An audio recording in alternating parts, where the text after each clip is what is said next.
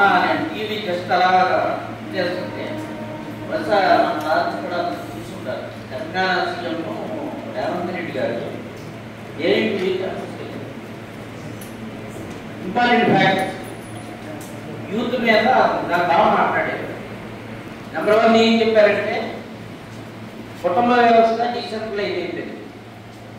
అంటే మా చిన్నప్పుడు మేము పెరిగింది మా తాతగారు, మా నాన్నమ్మ, మా అమ్మమ్మ, బాబాయి, మా మేనత్తలు, అంటే అంత సమిష్టి కుటుంబాల కింద మా పేరెంట్స్ ఉండేవారు.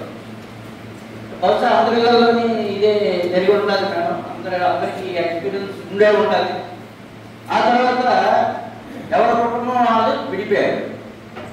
మా చిన్నప్పుడు ఏంటంటే మేము ఒక స్కూల్కి వెళ్ళాలంటే మా స్కూల్లో నారాయణలు ఈ ప్రైవేటు స్కూల్స్ ఏవి లేవు. శుభ్రమైన మున్సిపల్ స్కూల్స్, గవర్నమెంట్ స్కూల్స్ కాదు. చెప్పులు కూడా ఉండేవి కాదు. చెప్పులు కొనడం కూడా టౌన్లోకి వెళ్ళి కొనాలి, ఎక్కడ పడితే అక్కడ దొరికేవి కాదు. ఇప్పుడు ఒక 5 కిలోమీటర్ బ్యాగ్ మోసుకొని వెళ్ళడం అంత కష్టపడి ఆ రోజుల్లో మా చదువులే. ఇంకోటి ఏంటంటే 4 పిల్లలు ఉన్నామంటే 2 గుడ్లే ఉడకబెట్టేవాడు, సగం మొక్క 4 పిల్లలకు సర్దేవాడు. ఇవన్నీ ఏంటంటే ఇంట్లో డబ్బు లేక కాదు. మా నాన్నగారు కూడా జూనియర్ కాలేజ్ ప్రిన్సిపాల్. కానీ ఎందుకు అనిపించారు అంటే కష్టం అనేది నీకు తెలియాలి, కష్టం తెలిస్తేనే పెద్దలు అవుతారన్నది ఆ అభిప్రాయం. నేను ఇప్పటికే అది ఏకీభవిస్తాను. తర్వాత మా పిల్లలు వచ్చారు, అది ఏసీలో అలవాటు చేసాం. సీట్ రాకపోతే నారాయణలో జాయిన్ చేద్దామని అనుకున్నాం. గవర్నమెంట్లో సీట్ వస్తుందన్నా కూడా చైతన్యాలో జాయిన్ చేయాలి. మెడిసిన్ రాకపోతే ప్రైవేట్ కాలేజీలో ₹1,00,000 కట్టడానికి రెడీ అయ్యాం. మా ఫైనాన్షియల్ పొజిషన్ బాగున్న తర్వాత ఆర్థికంగా మనకి ఎవరు అనేది మేము అలవాటు చేసాం. సో జనరేషన్కి మార్పులు వచ్చాయి. మా చిన్నప్పుడు ఫోన్లు లేవు, టీవీలు లేవు, 2 లేవు. నాకు తెలిసి 1987, 88లోనూ బ్లాక్ అండ్ వైట్ టీవీలు, వెస్ట్ టీవీలు ఇంట్రడ్యూస్ చేశారు ఫస్ట్. ఆ టీవీ ఛానల్ వచ్చేది, అది ఆ చక్రం తిరుగుతూనే ఉండేది రోజంతా.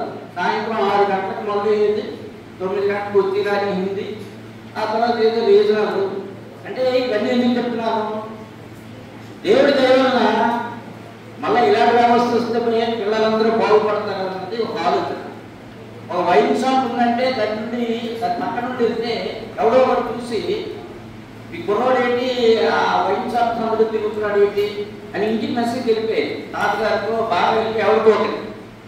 ఇప్పుడు వైన్ షాప్ దగ్గర నిలబడి గంటల మాట్లాడుతున్నా కూడా పట్టించుకునే నాదుడు లేడు. ఆడపిల్లకి సెక్యూరిటీ లేదు, మగపిల్లకి సెక్యూరిటీ లేదు.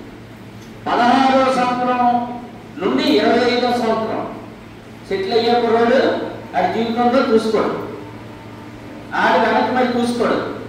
ఆ ఏజ్ ఏదైతే ఉందో ఆ ఏజ్లో ఎవరైతే సెటిల్ అవ్వాలనుకుంటున్నారో ఆడు మళ్ళీ బ్యాక్ చూసుకోడు.